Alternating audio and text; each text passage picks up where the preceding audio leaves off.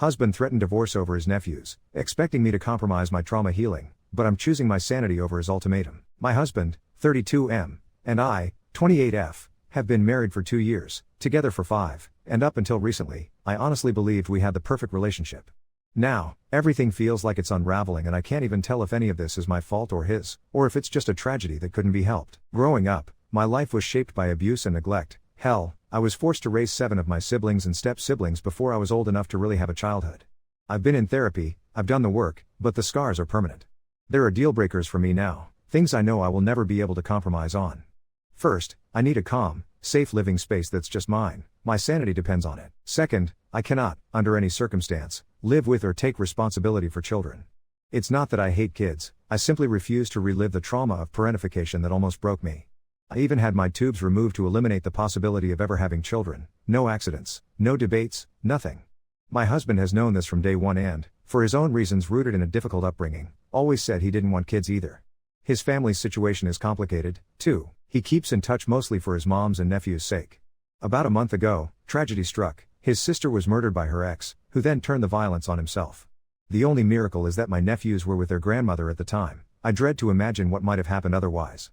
Needless to say, my husband, his mom, those kids, everyone, are devastated.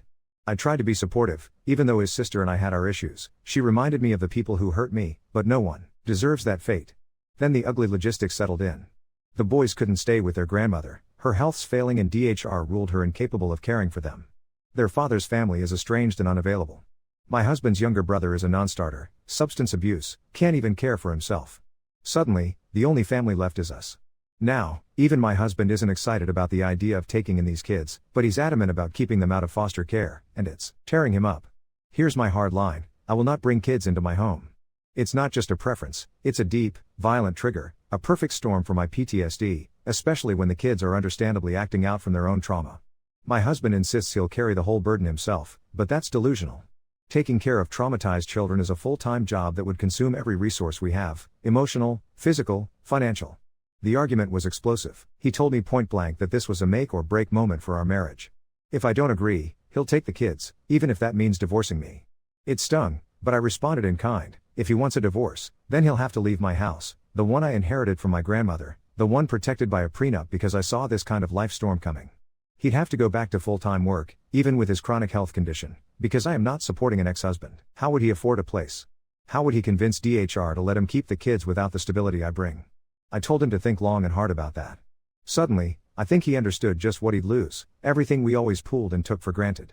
Now he won't speak to me and his mother called just to berate me for financial abuse and abandoning family. But the truth is, I am not emotionally or mentally equipped to be what those kids need, and I have never pretended otherwise. It has always been no children, no compromises, and I won't set myself on fire to keep other people warm anymore. After a sleepless night tumbling these scenarios in my head, I took a PTO day just to get myself together and figure out my next steps. As much as I hate it, the trust is broken. There's no going back from what he said. I called a lawyer and, from what I've heard, if we don't fight over money, the divorce can be quick and clean. I don't want to ruin him, but I refuse to let myself be ruined, either. I worked too hard for a stable, peaceful life, and I won't flush that away now. Today, I called my bank to freeze my credit and lock down the account so neither he nor his mother would get any ideas. I'm calling the DHR case manager to explain the reality so they can start finding a plan that does not involve me. I'll continue supporting my husband while he's in the house, but everything I was doing to help his mother, gone. She made her feelings perfectly clear. I want to clarify something that keeps coming up in conversations. I don't believe in the sanctity of family. Blood and relation have hurt me more than anything else in my life, without ever bringing a single benefit. I help when I can, but these people would never move mountains for me, either because they can't or because they wouldn't care. So please, don't hit me with the "they're your family" rhetoric. It means nothing to me. I'll update when there's a new chapter to share. Last night was about as rough as I dreaded. After everything, he tells me he doesn't want to go through with the divorce and wants to find another solution. Of course. The stress is sending his health into a spiral, so I'm giving him space, but I made it clear, there's no walking this back. The second he threw divorce into the ring, something broke in me. Trust isn't just going to miraculously return. He needs to sit down, honestly, with the social worker, look hard at the situation, and make his decision. I have the lawyer's recommendations for how an amicable divorce can work if he still wants to go that route. After what his mother said, some truly unforgivable things, I won't be helping her anymore. No matter what happens, I will help him keep his health insurance until he sorts something out. I'm open to counseling, if only to lay everything on the table and see if there's anything left to save. but for now, either I or he is moving into the spare room, or he can go stay with his mom. He's upset, I'm heartbroken, but at least we agreed on that. Nobody's pretending things can go back to how they were. This isn't going to resolve quickly, but I'll see it to the end, on my own terms. I can't share everything just yet, the situation is still up in the air, but once things finally settle, I promise I'll come back and tell the whole story. Update 1. People kept asking me for an update, and I have to admit, things took a turn right before Thanksgiving. The bad news hit first. DHR decided that my son's medical condition rules him out as a primary guardian for the kids. He wouldn't be able to care for them adequately during a flare, and his mom is in the same boat. They both have the same condition. His is more severe, but hers is further along, and it just isn't feasible for them to take on the responsibility. The good news is that we finally broke through a major roadblock. The social worker managed to convince the kids' paternal relatives to agree to a DNA test. The situation had been shrouded in rumors and denial. The family didn't believe the kids were actually Murderous' biological children. He and his sister had kept the whole thing buttoned up because he was married at the time and never established legal paternity. But the test came back a match. That settled it. The paternal grandparents are taking the kids. Things are still up in the air about what visitation is going to look like for my son and Mill, but with an incredibly competent case manager involved, the whole situation feels like it's finally calming down. As far as my marriage goes, I've decided to move forward with the divorce and I'm filing this week. He's already moved back in with his mom. I know they're upset about it, but honestly, that was to be expected. I still love him in my way and wish him the best, but I just can't keep doing this. There's too much drama surrounding his family, and the trust I once had in him is gone. After only 2 years of marriage, and since the house has always been mine and is legally protected, I'm hoping for a clean split. Even though I miss him here, I already feel so much less stressed now that he's out of the house. I hadn't realized how much that tension had been building up until it lifted. I think I'm done with romantic relationships for a while, maybe for good. It's time for me to focus on my career and finally make time for the fun things I had to put aside when I was acting as a caretaker. Update 2. Everything moved faster than I expected once the DNA results landed. The boys were placed with their paternal grandparents the week after Thanksgiving. 2 counties over, small ranch house, tidy yard, the kind of place with a plaque by the door that says wipe your paws. I met the case manager in the lobby of the courthouse just long enough to sign a paper confirming I understood I wasn't a party to the placement. That was the first time I felt my shoulders drop in months. Not joy, just relief, the quiet kind that makes your hands stop shaking. The next shoe dropped almost immediately. His mother filed for unsupervised visitation. The case manager warned me to expect turbulence. She was right. Their attorney subpoenaed me to testify because my house kept popping up in their filings, my address, my income, his support network. I went because the alternative was letting someone else tell my story, and I've done that too many times already. Court was beige walls and hard benches and an empty water cooler at the end of the hall. I answered what I was asked. Yes, we are divorcing. No, he does not live with me. Yes, I locked the accounts after he said he would take the kids. No, I cannot supervise visits, and I won't. I kept it clean and factual. I did not drag anyone, even when the other side tried to bait me about family obligations. The judge looked like he'd heard the same argument 100 times. He granted supervised visitation only, at the center the county uses, pending a 6-month review and compliance with their medical and therapy plans. It was the right call. It still felt like sticking my face into a hive. His mother called me from a blocked number after that hearing and said every ugly thing she could find in her throat. I saved the voicemails and walked them straight to the clerk's window the next morning. I didn't ask for a protective order yet, but the deputy who listened raised an eyebrow and told me to install a camera and call if she so much as turned her car onto my street. I did both. This house is my peace, and I'm done negotiating that. The divorce itself was strangely gentle by comparison. We mediated last week. He showed up on time and alone, thinner, shaking, eyes clear. There wasn't a battle to be had, not really. The prenup stands, the house is mine. He asked for spousal support at first, then stared down at his hands while the mediator explained the math on a 2-year marriage and the realities of his disability check. We settled in under an hour. I will pay for his COBRA for 6 months and leave him the joint points on a credit card I never use. He waives any claim on alimony and agrees to reimburse me for a small bill he ran up in my name without telling me back in October when all this started. I didn't know about the bill until he admitted it in his financial affidavit. He thought he could get a home assessment for kinship placement done as a surprise and used my account info. That admission knocked whatever was left loose inside me. I'm grateful he said it out loud. I'm grateful I trusted myself enough to shut that door. He came by yesterday with a civil standby to pick up the last of his things. He waited on the porch even though the officers told him he could come in. He handed me his house key on his palm like a tip. He apologized, not the groveling version, the real one that doesn't try to make you do emotional labor while he collects absolution.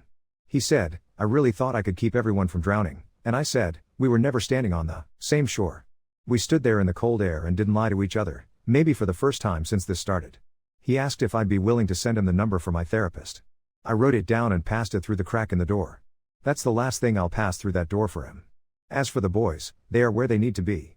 I know because I got one more piece of mail from the court with a list of the conditions for visitation. The paternal grandparents are enrolling them in a program for kids who've been through exactly this. They've agreed to let my ex and his mom video chat under the visitation center's supervision if the boys want it, and in person will be twice a month once everyone's meeting their obligations. It's sane, structured, boring on purpose. Good. I took down the last photos of us from the hallway and patched the nail holes myself. I took a long, silent bath without listening for any door to open. I bought a ridiculous, spiky little aloe and put it on the kitchen windowsill where the morning sun hits, something alive that doesn't need me to bleed for it. I'm going to finish this degree I kept pausing and take the work trip I've been turning down for years. The papers will be final after the mandatory wait, and then I'm done. Not healed, not immediately, but free in a way that makes my chest feel wide instead of tight. Update 3. The envelope with the final decree landed on my doormat on a Wednesday, county seal pressed into paper that looks expensive until you touch it and it bites you anyway. I signed the line that returns me to my own last name and slid my ring into the little velvet box my grandmother once used for thimbles. There wasn't a ceremony to it. I made coffee, paid the water bill, and went to work. It should have ended there. It didn't. The visitation center put his mother on a short leash after she tried to slip the boys a bag of toys with a phone buried at the bottom. She said it was a surprise. The supervisor logged it as a violation and wrote redirection did not resolve in thick black ink. 2 missed appointments later because she didn't like the tone. The county suspended her in-person time and shifted her to video only, strictly supervised, earned back in increments. He kept his slot and has been making it, which surprised me in a good way I don't want to analyze. The boys' grandparents agreed to try the video calls once a week if the boys wanted them. Sometimes they do, sometimes they don't. Boring on purpose is still the goal. A few days after the decree, I got an email from the case manager asking me to confirm a signature on a support statement attached to a motion his mother's attorney had filed. There it was in the PDF, my name in block caps under a slanted scrawl that looked like mine until you looked twice. She'd lifted my signature from a credit card receipt, same long tail on the A, same jagged R, and dropped it onto a letter that said I was committed to providing intermittent childcare and housing as needed. I stared at it until the word slid off the screen. Then I wrote 2 sentences back, this is not my signature. I have not agreed to any such thing. The case manager thanked me, turned it over to the county's attorney, and that was the last polite piece of it. I walked the printout to the police station in a folder, not because I'm looking to throw anyone in jail but because I'm done trusting that other people will take a hint. The desk officer asked if I wanted to make it a report or just a notation in case it escalated. I said report. I signed my real name with my middle initial, because my grandmother always pressed that into me like a stamp, you are who you say you are, and I flagged the voicemail she'd left 2 nights before telling me we're family whether you like it or not. The chief clerk at the courthouse slid a request for a protective order across the counter and said if she set foot on my property again, I should file it. There's a standing warning now, and my cameras are backed up to the cloud. He called me, not about the forged paper, about the bill, the one he admitted to opening in my name back in October without telling me. He'd paid it off. He emailed the receipt from the bank, and a 2-line note, I'm sorry. I won't contact you again after this unless it's through the mediator. He kept to it. Later, the case manager told me he had brought the video visitation plan printout to his therapist and that they'd gone over exactly what he can control and what he can't. None of that is my business anymore. Knowing he's not trying to fix what can't be fixed is a relief in the smallest, least cinematic way. I took the work trip. I sat in a window seat above a quilt of clouds and thought nothing meaningful because my brain was too busy cataloging the tray table and the orange soda in the next row and the way the light cut the wing in half. Seattle was damp and green and smelled like coffee and salt. In the lobby of the hotel, a woman argued with a barista about oat milk like it mattered, and the normalcy of it shook something loose in me. Between sessions, I walked to the water and let wind slap the wet out of my eyes. I told myself out loud, on a bench, that nobody was coming to my house this week who wasn't invited. Saying simple truths out loud turns out to be addictive. When I got back, there was a certified letter from the boy's grandmother, a short, careful note with a photo tucked inside. 2 boys on a stoop I don't recognize, faces smudged, a dog jammed between them like it knows its job. She wrote that they are eating, sleeping, and going to school. She didn't ask me for anything, she thanked me for being clear. I slid the photo into the drawer with my passport and the spare keys and closed it. I don't need to look at it to know it's there. His mother didn't like being cut off. She showed up at my house 2 Saturdays ago, middle of the afternoon, ringing the bell like a metronome. I didn't open the door. Through the camera I could see a hard set to her mouth I've only seen once before, at the funeral. She had a man with her I didn't recognize. He pointed at the camera and she stepped off the stoop to yell my old last name into the azaleas. I called non-emergency and then sat on the floor with my back against the cabinet while the operator asked me to describe her. Shoes. Nude pumps, beige cardigan, hair sprayed into place so firm wind would have bounced off of it. The patrol car crept up in that slow way they do when they want to catch someone in the act and not scare them into running. They took a report. The next business day I filed for the protective order and a judge granted it on the temporary. It's just paper, but paper has teeth when people who can enforce it take it seriously. The hearing on the order falls the same week as the 6-month review for visitation. I will have to sit in a hallway again and listen to shoes squeak and watch water beads slide down the side of a cooler and not touch them. I can do that. I've done harder. There was one more ripple. His brother, who I haven't seen in years, turned up on my sidewalk at 10 at night, hood up, breathing a cloud, asking if he could just crash on the couch for a few days to get his head right. He spoke like someone who thinks the story is still playing out the way it used to, with me as a soft place to land because I have a soft voice when I'm tired. I said no. He tried the old habits, leaning on the railing, talking fast, the charm he wears like a shirt with holes at the hem. I told him I would call a ride for him to the shelter downtown and that if he was on my property when it arrived, the police could be, too. He left. I watched him go without the kind of shake in my hands that used to come when I had to turn away someone else's emergency. You can relearn your instincts. It feels like walking on a tendon you tore and stitched and started trusting again. I changed my name with the bank, the DMV, the utility companies. At the post office, the clerk stamped my form and then, unasked, told me he liked my pen. It is a cheap, functional pen. I liked that someone saw a thing I use and called it mine. I hung new house numbers I ordered with my full initials, the way my grandmother would have, and gave the aloe a bigger pot because it keeps throwing new spikes at the sun like it's daring me to underestimate it. I don't have a big moral. The county mailed me a copy of the order denying his mother's motion for unsupervised time. The word denied sits in the middle of the page in caps like a house with all the lights on. The boys are in school. He's in therapy. She's on the far side of a line I drew and then lifted the paint bucket over and poured double. I'm enrolled in the spring courses I kept saying I'd take when I had bandwidth. I cooked lentils from a recipe that assumed I know how to chop onions without crying and did it without crying anyway. I bought a coat that fits and has deep pockets and put my hands in them and stood on my porch in the cold just because I could. There's nothing dramatic left to say about family. It's a word that wears whatever clothes people put on it. Mine is this house, my name, a plant that doesn't ask anything of me except light and water and the occasional spin toward the window. That's what there is. That's enough. If anything changes, you'll hear it from me, in my handwriting, with all my initials where they belong. Update 4. The courthouse hallway smelled like dust and lemon cleaner and somebody's too sweet coffee. Protective order on Tuesday, 6-month review on Thursday. Different judges, same beige. I wore a jacket with deep pockets and kept my hands in them so I wouldn't pick at the edge of the manila envelope I brought like a talisman. Photos from the door camera, a copy of the forged support statement, the printout from the postal inspector showing a flagged change of address request someone tried to file on my name to an apartment that isn't mine. The clerk at the post office had called me, bless him. He said, "Ma'am, this penmanship looks like someone's leaning their whole weight on the lie," and slid the form back with a yellow note that said do not process in block letters. I walked that one to the federal window myself. Paper still has teeth. His mother showed up to the order hearing with the same man from my porch and a woman in a church hat who carried a stack of letters that all started with "to whom it may concern."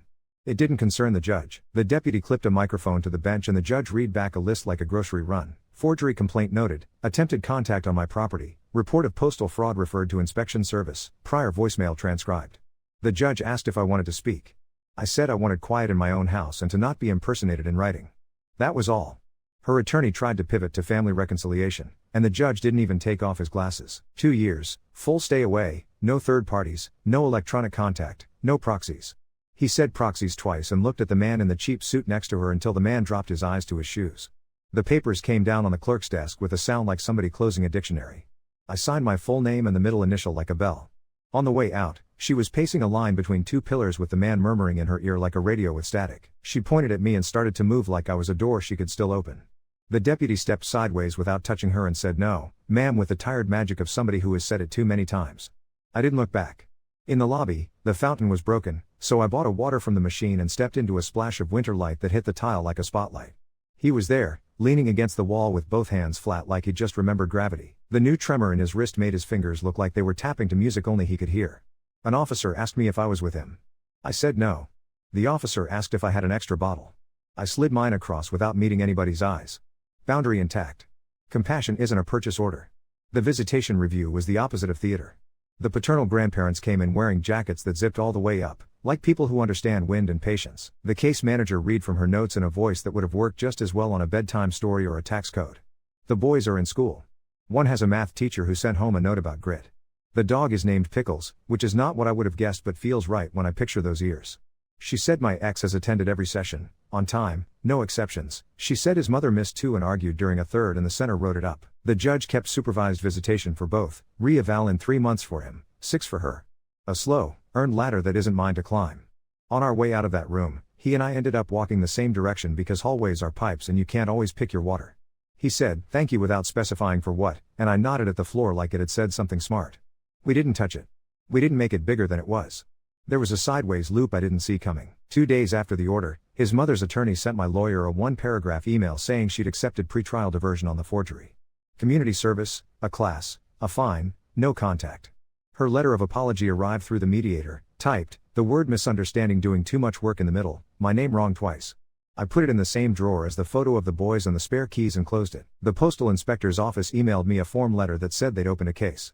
I printed it and slid it under the elastic band in my folder like a pressed leaf. Every new piece of paper is a fence post. His brother tried again and didn't get to the porch.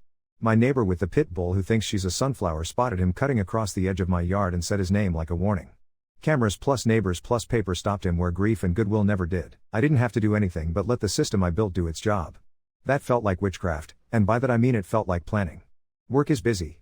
The kind that hums, not the kind that eats you. I presented on project timelines to a room where the most dangerous thing was a dry erase marker with a split cap. Somebody asked where I got my coat and I told them. I changed my name on my email badge and the receptionist said, "That's a good name," and I said, "It is," and didn't qualify it. In my night class, the professor asked us to write about a barrier we navigated without naming it. I kept my verb small on purpose. I wrote I bought cameras and I stood on my porch and I walked into a room and walked out again, and when he handed it back he had circled walked and written strong legs. I went home and turned the aloe so its weird little spears keep pointing toward the good light and murmured, "Ridiculous, strong legs, buddy," like we were in on something together. A knock that wasn't a knock, certified mail, green card stuck to the front. The paternal grandmother again, this time with a permission slip carbon copy where she'd blacked out the boys' school but left the part that said consent given by legal guardian. It was a nothing of a document except it wasn't. She included a sticky note that said simply, "We're fine. Thank you for being clear." It should not be radical to receive proof that other adults are handling their business. It felt like opening a window. The only truly loud moment arrived at 3:12 a.m. last Friday when my phone screamed an alert for a motion on the front step and the camera caught a raccoon standing like a burglar with both hands in my aloe. Petty theft, botanical. I watched him, ridiculous bandit face, tiny fingers patting the dirt like he was checking a pulse, and I laughed into my pillow, the kind that makes you sound younger for half a second than you've been for years. I got up in the morning and swept the spilled soil back into the pot with a credit card from a bank I no longer use and watered the plant like forgiveness is just maintenance done on time. There is a date on my calendar for when the temporary order becomes permanent, which is a funny sentence because the only permanent thing I believe in is my own name. There is a ticket in my email to a conference in May. There is a syllabus with my class's midterm circled because apparently I turned into the kind of person who studies when no one is watching.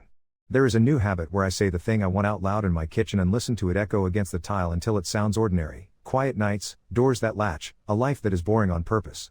If anything else tries to crawl over the fence I've put up, you'll hear it from me in the same handwriting, with all my initials, with the middle one, pressed like a thumbprint where it belongs. Update 5. The postcard looked like junk mail, county seal in gray, one line of congratulations to the recording party for your recent instrument. I hadn't recorded anything. I flipped it over twice like a trick would reveal itself and then drove to the recorder's office because my stomach was trying to climb a rope. Thin carpet, thick glass, the air tasted like toner and peppermint from somebody's gum. The clerk typed my parcel number and swiveled her monitor just enough for me to see without touching. There it was, a quitclaim deed, my name to me and his, as joint tenants. The signature looked like mine if you squinted while standing on a moving bus. The notary stamp was a county over and the commission number belonged to someone who, according to the state's database, had died last spring. The witness line was filled with a name I recognized from nowhere except a business card I saw in a cheap suit pocket once on my own porch. Paper has teeth, it also has gums. The clerk said she couldn't ring a bell but she could give me the forms that say somebody else rang this without authorization. Affidavit of fraud, request to place a notice in the chain of title so anyone sniffing around sees a flag red enough to stop traffic. I walked the stack 3 floors down to a property attorney with a tie patterned in mallard ducks who said, in a tone you use with skittish animals and people who know what they're doing, that we would file a quiet title and a lease pendens and call the investigators. He smiled exactly once, at the part where I handed him the copy of the forged support statement, the diversion agreement printout, the protective order. You brought your own fence posts, he said.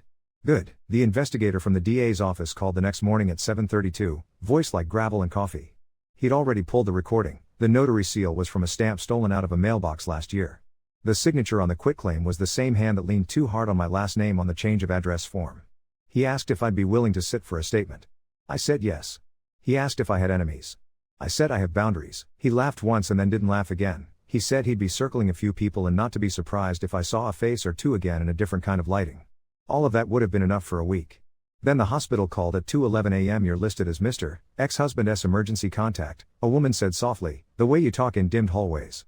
He'd had a flare at the visitation center on a Tuesday and made it to Wednesday before it doubled back and took his legs out. Habit is a cruel archivist. My body started putting on shoes before my brain finished the sentence. I sat on the edge of my bed with the phone warm against my cheek and said I was not his contact anymore and asked them to replace my name with his mother's and the mediator's. I read the number slowly. She said, thank you, and then said she was sorry, and the way she said it made me think she was sorry for more than one thing. I added one more line to the letter my lawyer already had ready. Revoke emergency privileges, remove access where my name still lingers because paperwork is glue unless you pry it off with a knife. He sent a message through the mediator 2 days later, one sentence that said he'd updated his forms and was sorry for the intrusion, and a second that said he understood why I did what I did. I wrote back a version of, stay alive, stay in your lane, that's all I ask. The mediator wrote received and that was the last of it. The diversion did not survive the month. Protective orders make neat lines on paper, life tramples them. She came to my office parking lot, noon sharp like she had an appointment with the sun, the same man from before, walking 2 steps behind and looking everywhere except directly at anything. Security called before I knew, because I had given them everything, photos, names, the stay away order. She was on camera gesturing at the building like it had insulted her. The officer who took the report at the curb spoke to me with his pen balanced on his knuckle like he was keeping time. Diversion's gone if the DA wants it gone, he said. The DA wanted. They filed the original forgery and added a fresh violation of the order, and the postal inspector stapled his case number to theirs like you staple receipts when you mean business. I didn't have to stand up in a room and point, the footage did that. I stayed at my desk and sent an email about budget line items and took a sip of coffee that tasted like victory because it tasted like nothing at all. Boring on purpose is a miracle when you've been living inside a siren. The quiet title is already out the door. The ducks on a tie lawyer asked me if I wanted to request fees and I said yes because I have finally learned that saying yes to what is mine is not cruelty. He filed the lease pendens that splashes big letters across my deed so anyone thinking of getting cute sees disputed before they can even pull up the satellite view. He says it won't take long. He says sometimes the stupidest crimes are the easiest to unwind because they leave breadcrumbs too big to miss. He also says I have good neighbors. He's right. The pit bull who thinks she's a sunflower watched a strange sedan idle in front of my house and planted herself at the end of her yard with her head higher than I've ever seen it. The car pulled away without stopping. Cameras, neighbors, paper. Visitation staggered on without me, as it should. The case manager sent a fax-only note I didn't ask for but appreciated the shape of. He showed up to his visits with a notebook and a bottle of water and a list of things he wanted to ask the boys about their week, teachers, the dog, the science project about magnets. He stayed inside the guardrails. He didn't bring his mother to the parking lot. The boys talked about Pickles eating a sock and how the math teacher rewards grit with stickers shaped like planets. None of that is mine, and it's a kindness to know it exists and not have to hold it. If there was a moment that would have shaken me 6 months ago and didn't now, it was the envelope slid under my door at dawn by a deputy who knocked once and stood in the cold while I opened it. Return of service for her arraignment, new court date for the deed mess, and a thin copy of a notarized letter from the notary board saying the stamp on my quitclaim belongs to a dead woman. I said Jesus into my robe, not as prayer, as punctuation. The deputy smirked at the sky like he was trying not to be caught at a joke. You got fences, he said. They're working. Work is bigger now in the way a house feels bigger when you learn where to put the furniture. My boss slid a project across the table and asked if I wanted the lead. It's the one I'd said no to twice because my life didn't have the scaffolding to hold it. I said yes. It came with a key card that opens a conference room I used to sit outside of. I made a spreadsheet that was beautiful to me and maybe no one else. I wrote my name in the top corner and didn't apologize. Small domestic miracle, the aloe has had the nerve to put out 2 pups like it has any business multiplying under my roof. I split one and handed it over the fence to my neighbor. She held it like a weird prize and said her pit bull would try to mother it, which is a sentence I will be smiling about when I'm 80. I repotted the other in a terracotta bowl that clicks like a mouth when you set it down. A raccoon attempted a second burglary and met the new wire cloche I bought out of spite and gardening enthusiasm and left prints on it like a cartoon. I keep waiting for the urge to be generous to the wrong person at the wrong time to flare and make a fool of me. It hasn't. Maybe that's the only thing here I would call grace. I changed the lock on the side door not because I had to, because I wanted a new sound when it closes. I timed it, 1.5 seconds from turn to click. I can read the texture of a day by that sound now. A last small thing with teeth. The boy's grandmother sent one more careful note through the mediator, a single sentence that said the school has a spring fair and the boys want to try the cakewalk because they are addicted to the idea of winning cake by walking in circles to music. She did not invite me. She did not have to. I read it and pictured pink frosting on a paper plate and some gym scuffed floor and a dog at home glaring at the counter like it could levitate. I put the note in the drawer with the photo and the spare keys and the postal inspector's letter and shut it softly.